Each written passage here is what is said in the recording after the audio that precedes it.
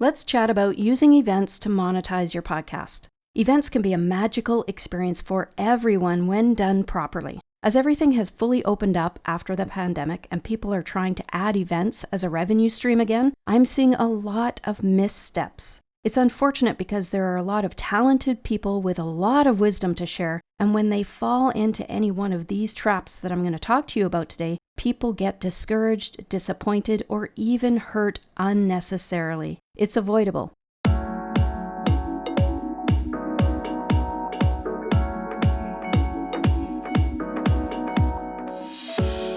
Welcome to the Women in Podcasting Show. Enjoy inspiring stories, interesting interviews, and powerful strategies from women around the world. Jennifer Henczel spotlights today's top podcasters, new podcasters, and expert guests. Get tips for leveling up your life, gaining visibility, growing your business, monetizing your podcast, and so much more. We invite you to support women in finding their voice and sharing their passion. It's all about women empowering women. Hi, I'm Jennifer Henczel here of the Women in Podcasting Show. You can find the links and show notes for this episode at womeninpodcasting.show, and you can join our network at womeninpodcasting.net. If you've been thinking of using events to monetize your podcast, for example, workshops, presentations, networking meetups, summits, conferences, trade shows, or retreats centered around your message, you must know these 3 top rules of event planning that I'm going to share with you today. First, just so you know, I have planned and promoted over 600 events of all sizes, from small meetups to large conferences. I don't have an events company. I've just used it as one of many multiple streams of income that I've developed to promote my business and generate leads. I've also been involved in many events as a speaker, many online summits and collaborations. And of course, as an event organizer, I've done events through government, corporate, and nonprofit gigs, and of course my own private events because I founded a large business network, which I just sold a few years ago, and I did many events through that, from small meetups to large conferences. So I know a thing or two about events, and here are 3 key things to know about event planning. The number 1 event planning rule. You need to hold the ticket funds in an account and use those funds for the event, period. That is Event Management 101, Accounting 101, and Business 101. That is the number 1 most standard practice, basic fact, and simple math. Ticket funds are not for paying your regular business expenses leading up to the event. Events can be a beautiful experience that enrich your life and put profits in your pocket, but it's not free. If you need to rely on it to fuel your business while you're promoting it, then don't do it. You're not in a position or at the point in your business to have an event unless you're able to hold the funds until the event. Why? In case you have to refund the ticket holders, in case something goes sideways and you have to cancel the event.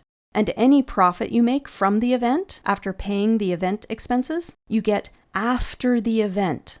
You get your slice, AFTER, the event. After the event. Don't plan an event unless you're willing to hold the funds until the event. That is not an event planning secret. That is not an event planning trick.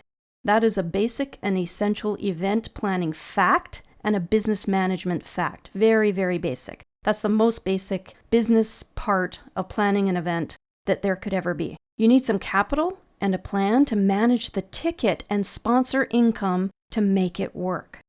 Number 2, your event is about your audience, not about you. I've seen the most beautiful events planned and no one shows up. Like literally the most stunning, gorgeous, dynamic events you can imagine. And the event organizers dropped the ball because they focused on their amazing creation more than what their audience actually wanted.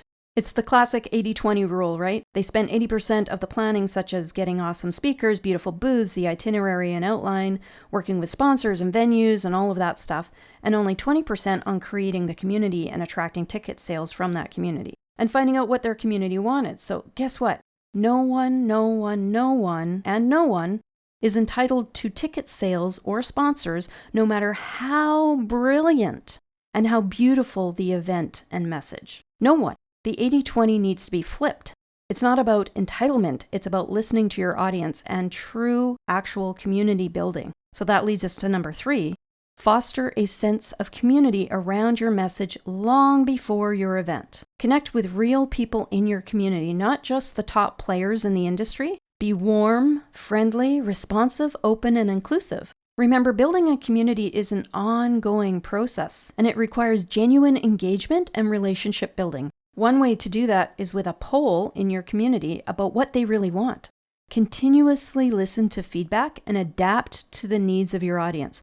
Never chastise, bully, or blame your audience because their ideas or preferences are different than yours. Ultimately, with events, podcast business, and just about anything in life, if what your audience wants is far off from what you want, then take action and make any needed changes in your own life and business. It's not about putting blame on the audience. It's not up to your clients to fulfill your business objectives or make us happy.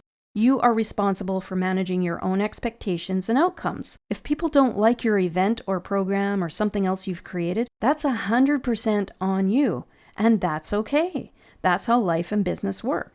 When I had my large business network and was conducting multiple events per week, I found that consistently having networking meetups was actually more profitable over time than the large events, or what I like to call vanity events, because everyone wants to have a giant, beautiful national or international event, but unless you have an audience of millions and can easily fill, 500 seats at 2K or 10K attendees and things like that, then the event should be used to increase your visibility, give back to your industry, and things like that. So unless you are crystal clear about your business management and event planning capabilities, plus capital to fuel it, then it's going to be hard for you to make a profit.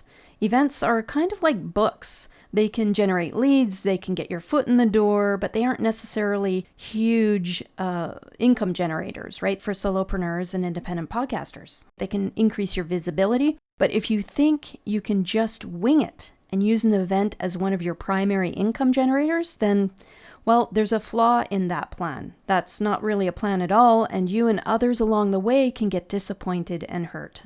I know this might be a hard pill to swallow. I know it's hard. My whole life has been a struggle, and I've had to do everything from scratch, starting from nothing and bootstrapping every step. I've been doing this for a long time, and I can tell you firsthand, it takes a lot of shots to get the goal. Be in the game or don't be in the game, but be responsible for whatever part you play, and plan very carefully according to your capabilities, what you're passionate about, and what your audience wants. You are the ruler of your own life, not others. A true leader is continually working on controlling themselves, not others.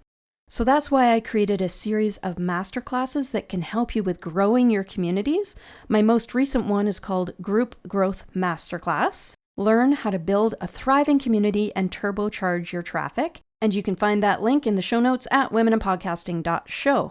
So please remember, there are always challenges to putting on events, and there are many more tips we can talk about and that I can share with you from my vast event experience. However, all of them are manageable and you can fix them along the way, except the ones I've mentioned today. There are many aspects to event planning and promotion, and many things can go sideways. But if you have an amazing event and you aren't selling tickets, getting sponsors, or making the desired income from it, then it's one of three things that I talked about today. Number one was you must hold the ticket funds until the event and take any profit after the event. You must put the audience needs first and provide an event that they want, and you must build a thriving and engaged community around your message long before you start planning your event. If those aren't fixed, then you're hooped. Events can be a magical experience for everyone when done properly. If you need help, reach out. I have a lot of experience I can share with you. My name again is Jennifer Henczel. I'm the founder of the Women in Podcasting Network, and you can find me at womeninpodcasting.net. Thanks for listening. Bye for now.